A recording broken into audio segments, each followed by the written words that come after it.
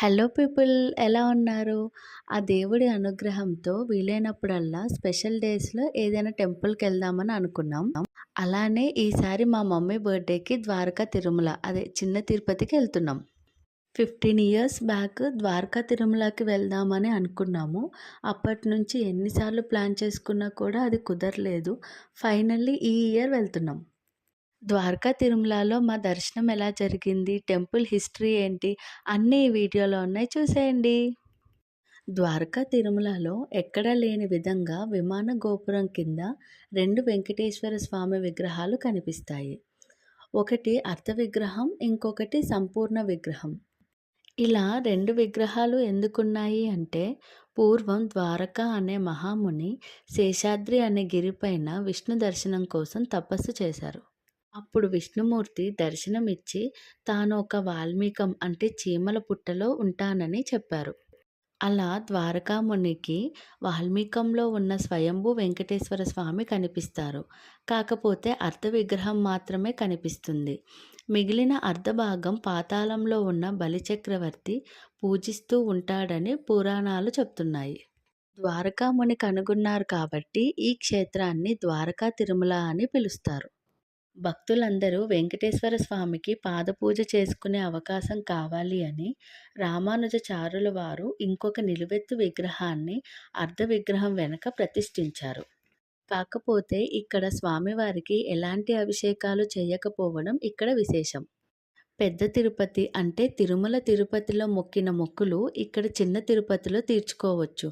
కానీ చిన్న తిరుపతిలో మొక్కిన మొక్కులు మాత్రం చిన్న తిరుపతిలోనే తీర్చుకోవాలి. టెంపుల్‌లోకి మొబైల్స్ అలౌ చేయట్లేదు. మొబైల్స్ అన్నీ ఇక్కడే డిపాజిట్ చేయాలి. రూ. 10 పర్ మొబైల్ తీసుకుంటున్నారు. టెంపుల్ టైమింగ్స్ వచ్చి మార్నింగ్ 4 AM టు 1 PM, మళ్ళీ 3 PM టు 9 PM. దర్శనం టికెట్స్ అయితే ఇక్కడ తీసుకోవచ్చు. ఆన్‌లైన్‌లో కూడా అవైలబుల్‌గా ఉంది. ఫ్రీ రూ. 100, ఇంకా రూ. 200 ఉంది. విమానం గోపురం కింద కనిపించే వెంకటేశ్వర స్వామి ఇలా దర్శనం ఇస్తారు. మేమెళ్ళినప్పటికైతే టెంపుల్ కొంచెం కన్‌స్ట్రక్షన్ చేస్తూ ఉన్నారు.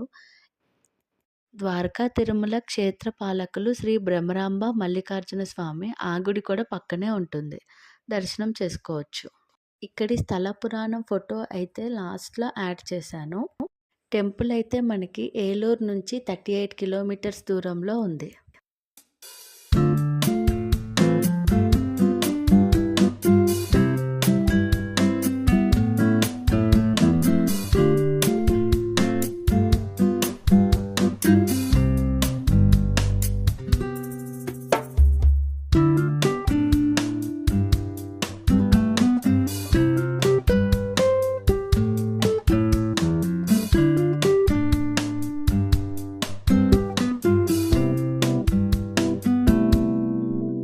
ఈ విష్ణుమూర్తి విగ్రహం చాలా అందంగా కళగా అనిపించింది.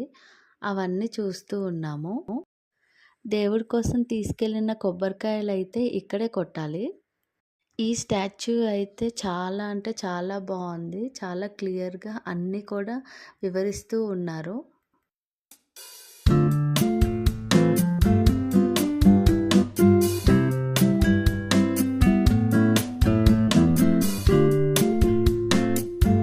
ఇక్కడైతే మా డ్యాడీ ప్రజ్ఞాన్‌కి వసుదేవుడి గురించి చెప్తున్నారు.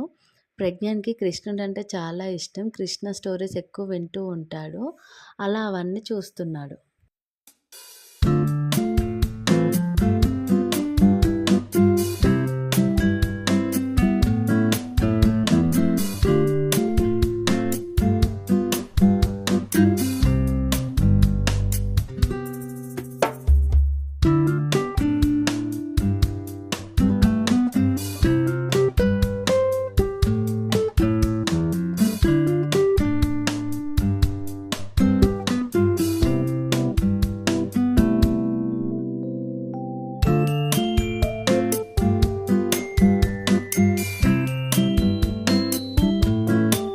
తర్వాత గోశాలకొచ్చాము. గోశాలలో ఇది ఒక్కొక్క బౌల్ తీసుకున్నాము. డైరెక్ట్‌గా మనమే ఆవుకి తినిపించొచ్చు అని. ఇక్కడ కృష్ణుడి దగ్గర గోత్రనామ పూజలు కూడా చేయించుకోవచ్చు. ప్రజ్ఞాన్‌కి ఆవులకి తినిపియడం అంటే చాలా ఇష్టం. అందుకే ఆ బౌల్ తనే తీసుకెళ్తున్నాడు. ఇంకా అందరం కూడా కొంచెం కొంచెం తీసుకొని పెట్టాము. నెక్స్ట్ ఎక్కడికెళ్తామో, ఏం చేస్తామో అన్నీ కూడా నెక్స్ట్ వీడియోస్‌లో పోస్ట్ చేస్తాను. అంతవరకు స్టే ట్యూన్ టు ప్రజ్ఞాన్ 23. ఈ వీడియో నచ్చితే please do like, share, comment and subscribe.